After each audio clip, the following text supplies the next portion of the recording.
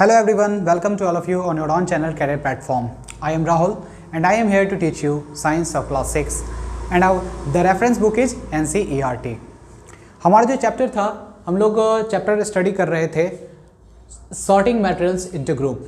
First part में हमने half of the portion complete किया था, जिसमें हमने जाना था कि मटेरियल्स जो होते हैं, मटेरियल किसे कहते हैं, डेफिनेशन ऑफ मटेरियल जाना था। फिर हमने जाना था कि सॉर्टिंग ऑफ मटेरियल्स की ज़रूरत क्यों पड़ती है, why do we need to classify materials into group. तो हमने जाना था कि क्लासिफिकेशन की ज़रूरत पड़ती है तो दो चीज़ों के लिए, कन्वीनियंस के लिए कि उन्हें हम डिफरेंट उनके प्रॉपर्टीज़ को स्टडी कर सकें, फिर उनके पोजीशन को लोकेट कर सकें अकॉर्डिंग टू आवर कन्वीनियंस। फिर हमने देखा था कि ये हम जो क्लासिफिकेशन करते हैं वो किस बेसिस पे करते हैं। तो पहला करते हैं कंस्टिट्यूएंट मटेरियल के बेसिस पे, और जो दूसरा क्लासिफिकेशन हम करते हैं प्रॉपर्टीज़ के बेसिस पे। कुछ प्रॉपर्टीज़ की हमने स्टडी भी की थी, जिसमें कि हमने अपीयरेंस को लिया था, हार्डनेस को लिया था और सॉल्युबिलिटी को लिया था।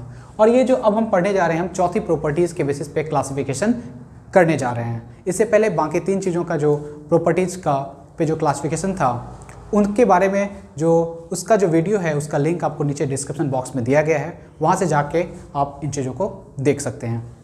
तो आइए हम देखते हैं चौथी प्रॉपर्टीज़। फोर्थ प्रॉपर्टीज़ जो है आपका फ्लोटेशन है।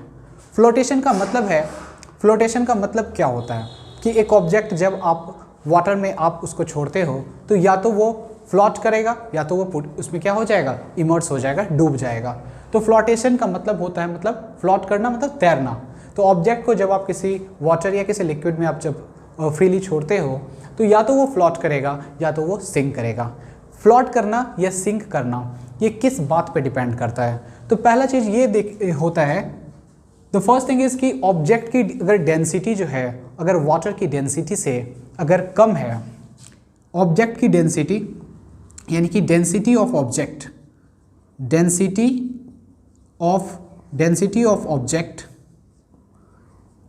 Is less than density of water if object की जो डेंसिटी है यदि वाटर की डेंसिटी से कम होगी तो ये केस आपका किस केस का है, तो ऑब्जेक्ट जो है आपका फ्लोट करेगा, तैरेगा उसमें। और इसके अपोजिट यदि density of object is greater than density of water, अगर वाटर की डेंसिटी से अधिक है तो ये केस आपका है कि इस केस में वो ऑब्जेक्ट क्या कर जाएगा, सिंक कर जाएगा। तो यहाँ पे एक टर्म बार बार रिपीटेडली आ रहा है, डेंसिटी। What is density? तो डेंसिटी क्या होता है, मास पर यूनिट वॉल्यूम को डेंसिटी कहा जाता है। डेंसिटी क्या होता है, डेंसिटी इक्वल टू ये होता है मास पर unit volume, mass divided by volume. यदि किसी ऑब्जेक्ट का मास दिया हुआ है, वो वॉल्यूम कितना ऑक्यूपाई करता है उससे डिवाइड करके हम डेंसिटी निकाल सकते हैं। तो डेंसिटी क्या है, मास पर यूनिट वॉल्यूम को डेंसिटी कहा जाता है। इसकी यूनिट होती है जिसमें इसको मापा जाता है, मास का यूनिट क्या होता है, ग्राम, और वॉल्यूम का यूनिट होता है सेंटीमीटर क्यूब। तो डेंसिटी का यूनिट हो गया ग्राम पर सेंटीमीटर क्यूब। या फिर अगर आप किलोग्राम में अगर मास को एक्सप्रेस करते हैं तो डेंसिटी का यूनिट आप ये भी लिख सकते हैं, किलोग्राम पर मीटर क्यूब। तो ये डेंसिटी हो गया। तो डेंसिटी, अगर ऑब्जेक्ट की जो डेंसिटी है वाटर की डेंसिटी से कम होगी तो ऑब्जेक्ट फ्लोट करेगा। यदि ऑब्जेक्ट की डेंसिटी वाटर की डेंसिटी से अधिक है तो ऑब्जेक्ट आपका वाटर में सिंक कर जाएगा, डूब जाएगा। तो क्वेश्चन उठता है कि क्या केवल इन्हीं दोनों बातों पे जो है चीज़ें डिपेंड करती है कि कौन फ्लोट करेगा या कौन सिंक करेगा?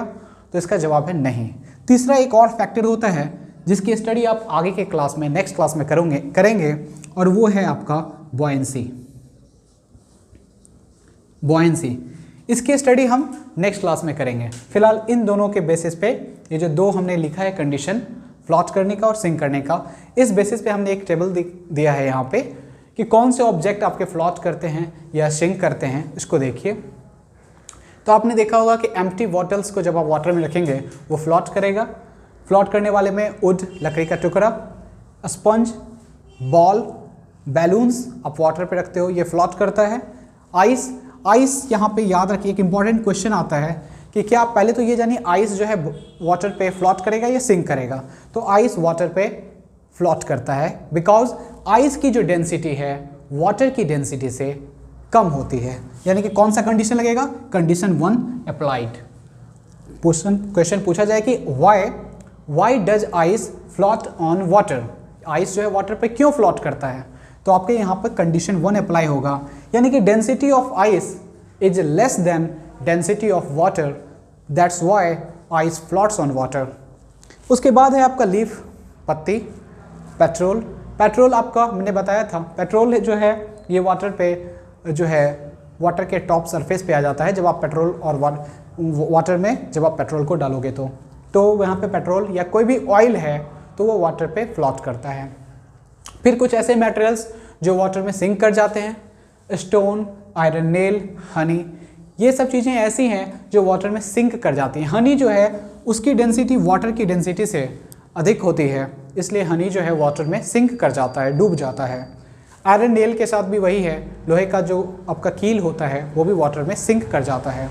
स्टोन की डेंसिटी वाटर की डेंसिटी से अधिक होती है, तो आप कह सकते हैं कि सेकंड वाले में जो सिंक कर जाता है उसमें सेकंड कंडीशन अप्लाई होता है, जहाँ पे ऑब्जेक्ट की डेंसिटी वाटर की डेंसिटी से अधिक होती है।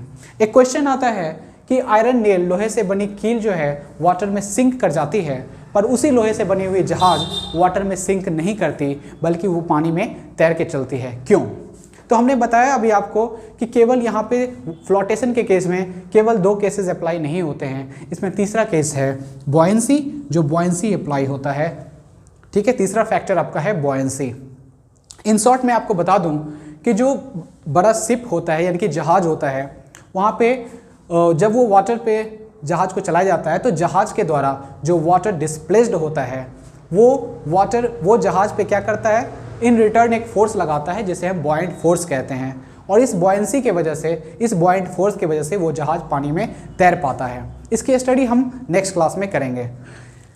तो फिलहाल और आयरन नेल में क्या है, आयरन नेल की डेंसिटी चूँकि वाटर से अधिक होती है, कंडीशन 2 अप्लाइड, इसलिए आयरन नेल डूब जाता है।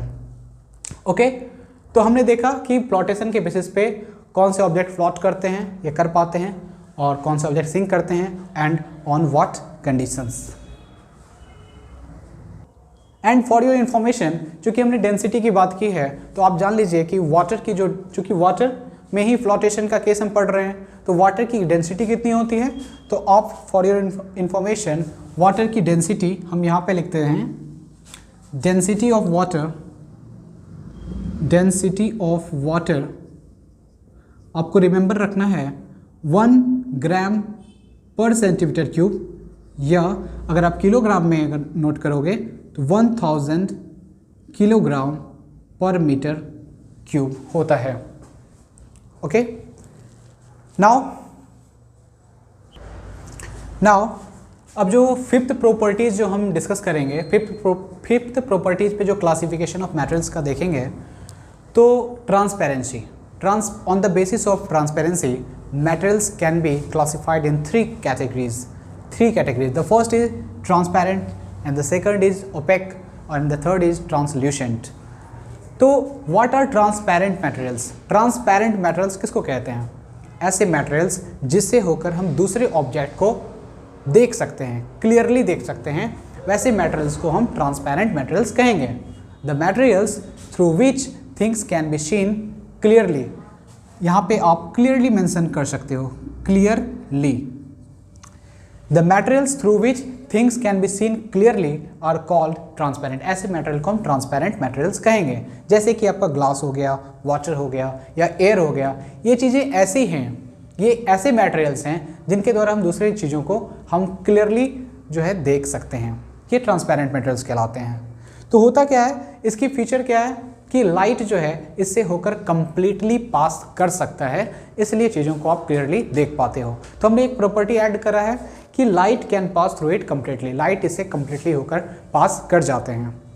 दूसरे ऐसे मटेरियल्स होते हैं जिनसे होकर आप दूसरे चीज़ों को, मतलब ये वैसे मटेरियल्स हैं इनके द्वारा आप दूसरे मटेरियल्स को नहीं देख सकते हैं। यानी कि अगर आपके आँखों के आगे या आपके आँखों के आगे इन मटेरियल्स को रख दिया जाए तो आपको दूसरी चीज़ें नहीं दिखाई देंगी। तो the materials through which things can not be seen, जिनसे होकर दूसरी चीज़ों को हम नहीं देख सकते हैं, उसे हम कहते हैं ओपैक मटेरियल्स। क्यों? क्योंकि ये लाइट को अलाउ नहीं करता है। लाइट जो है ऐसे मटेरियल से होकर के पास नहीं कर सकती है, इसलिए हमने एक फीचर भी ऐड किया है, light can not pass through it. Light इससे होकर पास नहीं कर सकता है। ऐसे मटेरियल्स कौन कौन से हैं, जैसे कि लकड़ी हो गया आपका, वुड, कार्डबोर्ड हो गया, या मेटल्स, या ये भी कोई भी आपका प्लास्टिक हो गया। हालांकि प्लास्टिक आपका 2 टाइप का होता है, तो आपको मैं यहाँ पे ओपेक प्लास्टिक की बात कर रहा हूँ, जो कि आपका कलरफुल होगा, रंगीन होगा। कुछ ऐसे आजकल प्लास्टिक भी आने लगे हैं जो ट्रांसपेरेंट होते हैं, तो ट्रांसपेरेंट वाले जो प्लास्टिक है वो आपको ट्रांसपेरेंट में रख दिए जाएंगे, और जो ओपेक वाले होंगे वो ओपेक। तो जनरली आपके प्लास्टिक जो होते हैं वो ओपेक होते हैं। फिर आपका तीसरा है ट्रांसल्यूसेंट। आपके प्रैक्टिकल लाइफ में आप कुछ ऐसे भी ऑब्जेक्ट्स होते हैं जिनसे हो करके आप दूसरी चीज़ों को क्लियरली तो नहीं देख सकते हो, बट पार्शियली आप चीज़ों को देख सकते हैं।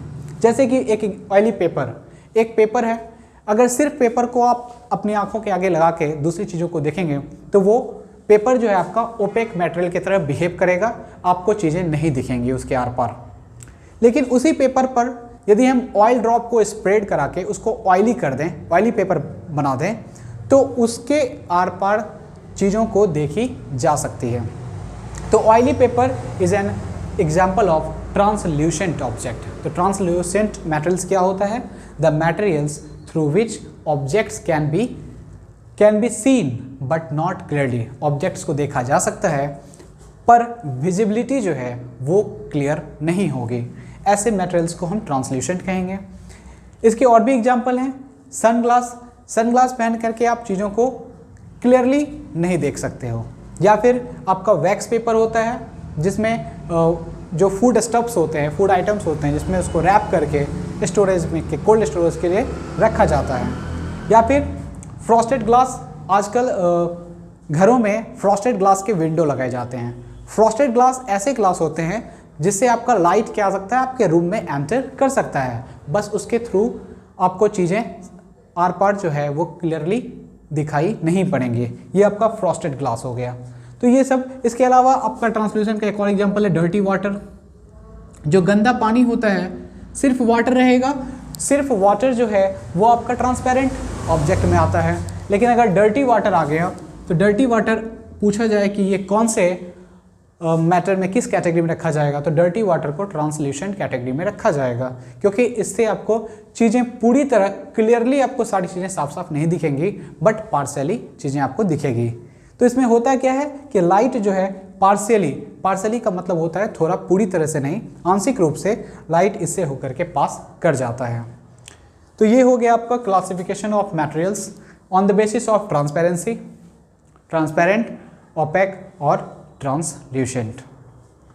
तो यहाँ पे आपका ये चैप्टर जो है समाप्त होता है। इस चैप्टर के सारे टॉपिक्स को हमने कवर कर लिया है। अब जो हम नेक्स्ट वीडियो में देखेंगे, इस चैप्टर के जो एनसीईआरटी के जो क्वेश्चंस हैं उनको देखना है। इसका लिंक, इसके वीडियो का, एनसीईआरटी के क्वेश्चन आंसर का जो लिंक है उसका वीडियो नीचे डिस्क्रिप्शन बॉक्स में दिया गया है।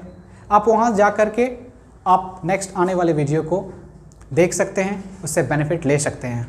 अगर आप इस चैनल पे नए हैं तो चैनल को सब्सक्राइब करें ताकि आने वाले वीडियोस का नोटिफिकेशन आपको मिलता रहे और आप उनसे बेनिफिट ले सकें।